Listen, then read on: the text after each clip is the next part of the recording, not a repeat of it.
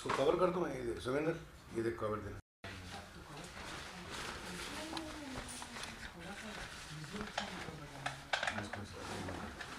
Sir वो अगर आप कुछ बजा सकते हैं आप मतलब क्यों? तो हमें विजुअल अच्छा मिलेगा सर। इस बहुत हो गया यार ये, यू वांट दैट? तो अच्छा हो गया तो आपको विजुअल मिलता है। विजुअल मिलता है आपको?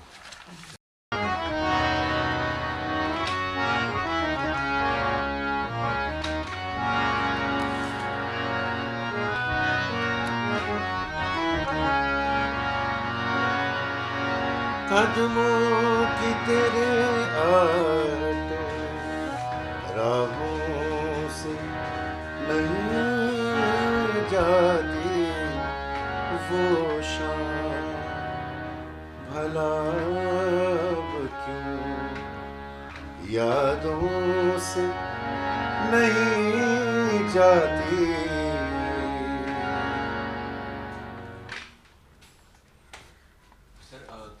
वैलेंटाइंस के मौके पे ये गाना लॉन्च हो रहा है, कुछ बताइए सर इस गाने के बारे में। भाई मैं क्या बताऊंगा, वैलेंटाइंस डे है और ये गाना खुद बताएगा। ये गाना नहीं है, गज़ल है। गज़ल का मतलब ये है, वो शाम भला अब क्यों यादों से नहीं जाती, कदमों के तेरे आहट राहों से नहीं जाती, जिस रोज़ नहीं, क्या शेर था वो, हाँ, एक रोज़ जो थामा था हाथों को मेरे तूने, एक रोज़ जो थामा था हाथों को मेरे तूने, खुशबू तेरे हाथों की हाथों से नहीं जाती। ये खुद कहती है बातें, ये खुद इसमें सारा जो इमोशन है, इश्क, मोहब्बत, गहराई, सारा ये इजहार करता है।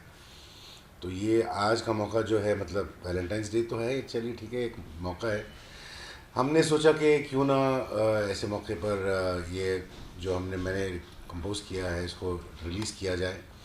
और दूसरी बात ये है कि हाल ही में जो फिल्म आई है फितूर, जिसमें मैंने किरदार का रोल अदा किया, सलमान जो कैरेक्टर है उसमें, और फिल्म भी जो है रोमांटिक फिल्म है, वो भी अभी रिलीज़ हुई। तो ये दोनों चीज़ें हो गई। तीसरी थोड़ी सी सैड तो नहीं कहूँगा, लेकिन है थोड़ी सी सैड ख़बर ये है कि हमारे बहुत अच्छे दोस्त और मेरे से बड़े थे, बड़े भाई जैसे थे, जनाब निदा फाजली, बहुत बड़े शायर, बहुत बड़े थिंकर, बहुत बड़ी हस्ती थी हमारे देश की, वो गुज़र गए, इस दुनिया से चले गए 8 फरवरी को। तो उनके साथ बहुत सी शामें हमने गुजारी हैं, बातें करते हुए, हंसते हुए, मुस्कुराते हुए। तो मैंने सोचा कि ये जो मतला है, वो शाम भला अब क्यों यादों से नहीं जाती, कदमों के तेरे आहट राहों से नहीं जाती। तो ये निदा फाजली की नज़र। तो ये सारी चीज़ें एक साथ हो गई, तो मैंने सोचा कि ये इससे बेहतर मौका नहीं हो सकता।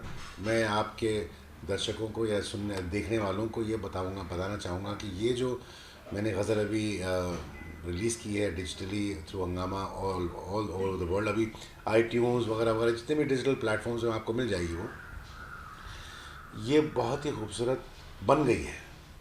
ये बनाई नहीं है ना, ये बन गई है। और इसको आप ज़रूर सुनिएगा। इसका वीडियो भी ऑल लाइव हो चुका है, उसका एक छोटा सा वीडियो बनाया हमने, पूरी गज़ल का नहीं, एक छोटा सा टुकड़ा है। और गज़ल पूरी ऑलमोस्ट 3-4 अंतरे की जो है वो 9 मिनट की है, 9 मिनट 50 सेकंड की है। तो आप इसको सुनिएगा। अब मैं आपको यकीन दिलाता हूँ, अगर आपके सीने में दिल धड़कता है, आप महसूस करते हैं, तो आपको ये बहुत पसंद आएगी। सर गज़ल की जब बात करते हैं तो ऐसी एक कोई ख़ास चीज़ जो आपको याद आ जाती है, या किसी कोई शख्स या इंसान से या किसी किरदार से कनेक्ट लग जाता है, ऐसी कोई ख़ास बात? देखिए गज़ल सॉरी,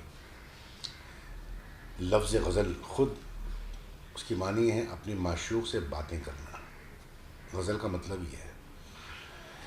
गज़ल की एक मानी है जो वो पुरानी रिवायत है कि गज़ाल जो हरन को कहते हैं, जब गज़ाल के सीने से एक तीर निकल जाता है तो उसके मुंह से जो एक हुक निकलती है, जो चीख निकलती है, उसको गज़ल कहते हैं ना। ये एलिगरी है, ये मतलब ये मारने वाली बात नहीं है। गज़ाल मतलब ये है कि वो आशिक है, सिमिली, और वो तीर है, वो इश्क का तीर है।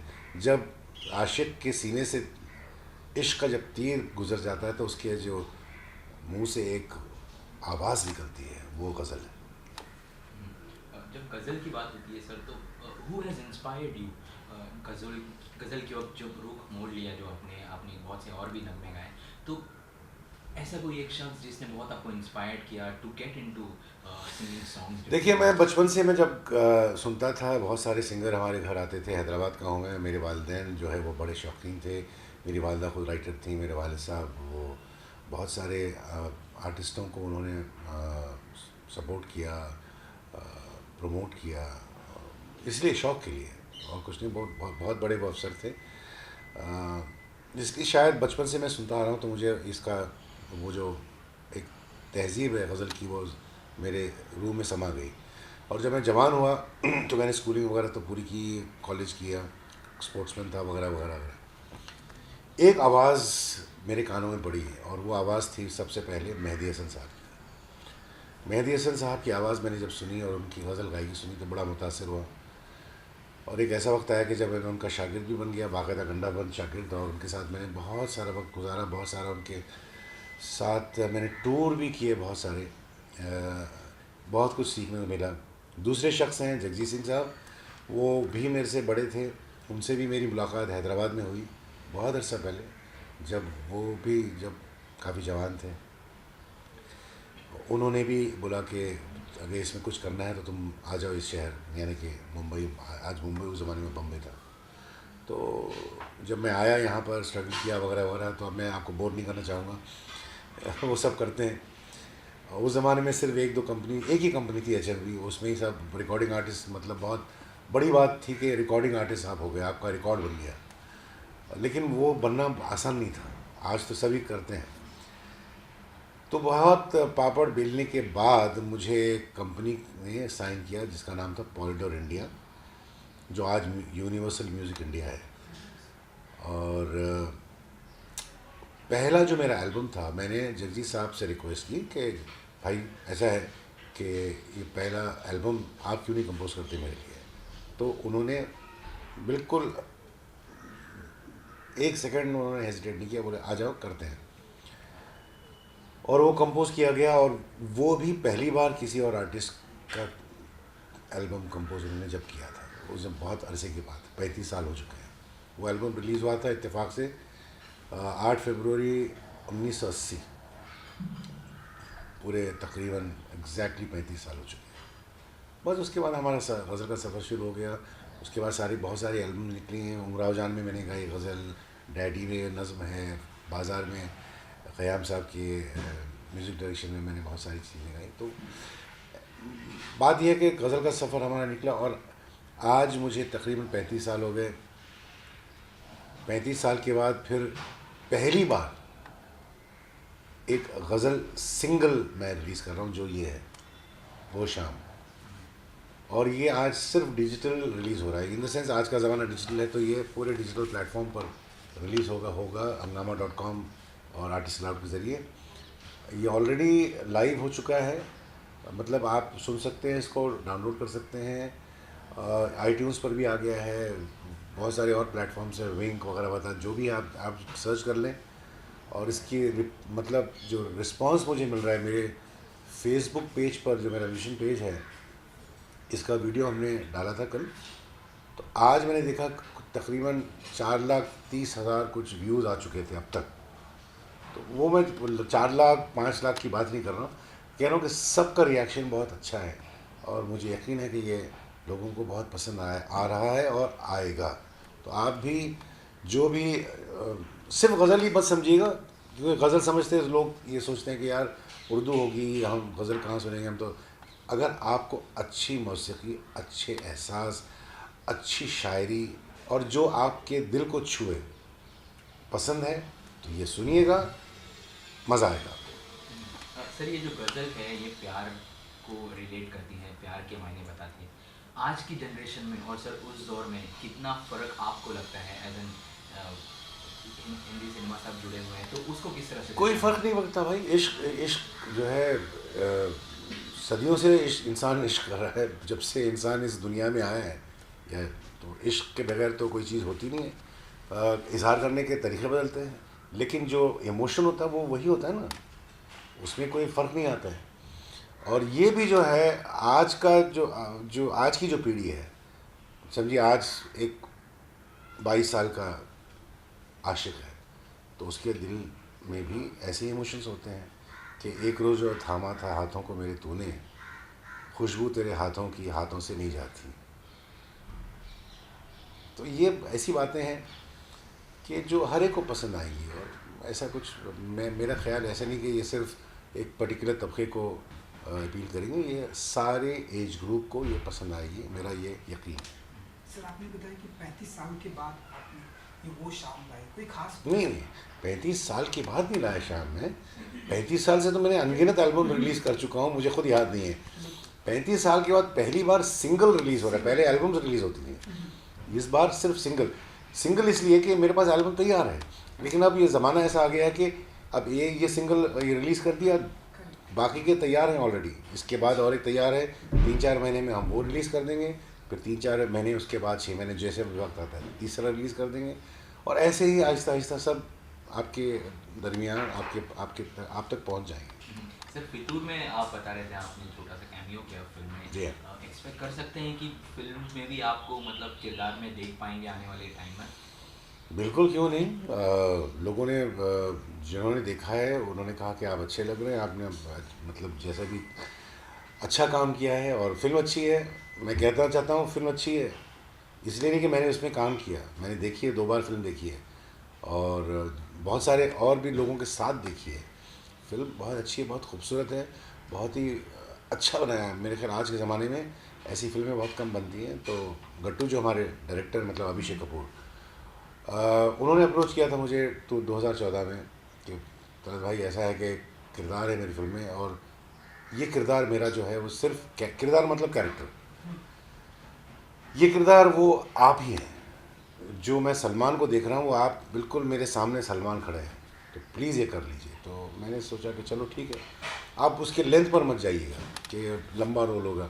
उसमें फिल्म में बहुत सारे ऐसे जैसे अजय देवगन साहब हैं, उन्होंने भी एक कैमियो ही किया है, और लारा दत्ता हैं वो भी एक कैमियो किया हुआ है। तो वैसे ही मैंने भी एक सब किरदार ऐसे सजा रहे हैं हम फिल्म को। मेन जो कैरेक्टर्स हैं फिरदौस और नूर यानी कि आदित्य और कटरीना, और फिर तबू जो बेगम हजरत हैं, उन्होंने बहुत कमाल काम किया है। फिल्म बहुत अच्छी बनी है और मुझे काफ़ी लुत्फ़ आया काम करके, और मैं उम्मीद करूँगा कि आगे भी मुझे ऑफ़र्स आ रहे हैं, और जब कोई फॉर्मलाइज हो जाएगा तो आप खुद सुन लेंगे। लेकिन इसका ये मतलब नहीं, प्लीज़, अक्सर लोग क्या कहते हैं, अच्छा तो अब आपके गाने से ताल्लुक़ नहीं रहा, अब आप गाएंगे नहीं, अब आप फिल्मों में काम करेंगे। ऐसा कुछ नहीं है, ये तो मेरी रूह है, वो भी एक नया पहलू है, इट्स न्यू एवेन्यू। हालांकि मैंने पहले एक्टिंग की है बहुत अर्सा पहले, लोग जानते ही मुझे जो जानते हैं, लेकिन बीच में एक बड़ा लंबा गैप आ गया था। तो अब देखते हैं क्या कहाँ जाता है। तो सर ये सिलसिला अब चलते रहेगा, हम ऐसा माने इंशाल्लाह, अल्लाह ने चाहा तो। तो सर जाते जाते फाइनली जो व्यूअर्स हमें देख ले उन्हें क्या कहना चाहेंगे इन शॉर्ट अबाउट वो शाम? मैं कहता नहीं हूँ, मैं वो लाइन सुना देता हूँ। चलिए क्या, अब ये लाइन सुनिए, ये शेर सुनिए।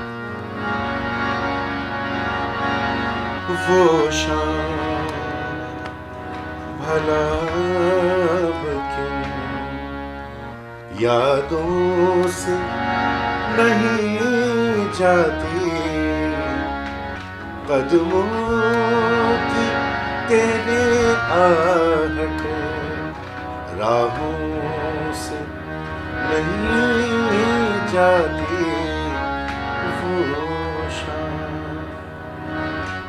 भला अब क्यों। इसमें वो जो इश्क जो मुकम्मल नहीं होता, जो अनफुलफिल्ड लव, उसकी बात है। इसमें वो गहराई है।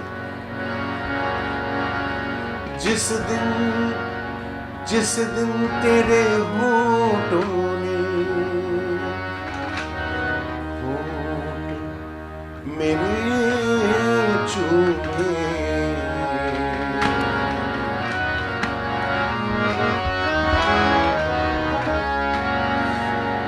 जिस दिन तेरे होठों ने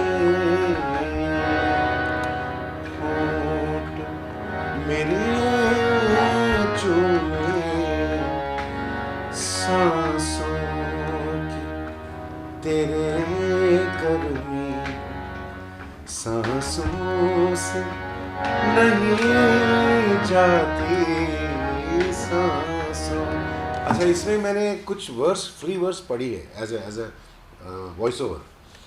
और मेरी पुकार सहराओं के, और फिर मेरी पुकार सहराओं की आवाज़ बन गई, लेकिन अचानक इस शीशे की दीवार में एक दरार पड़ गई है। अब उसको सुनिएगा। पहली बार मेरे ख्याल ये ऐसा इस्तेमाल हुआ है कि instead of music coming in, मैंने अपनी आवाज़ को इस्तेमाल किया है, और ये वर्ड से बहुत खूबसूरत है। मैं ज़्यादा रिवील नहीं करना चाहूँगा, आप सुन लीजिएगा, आपको खुद मज़ा आएगा। बहुत बहुत शुक्रिया। Thank you so much. शुक्रिया, नवाज़।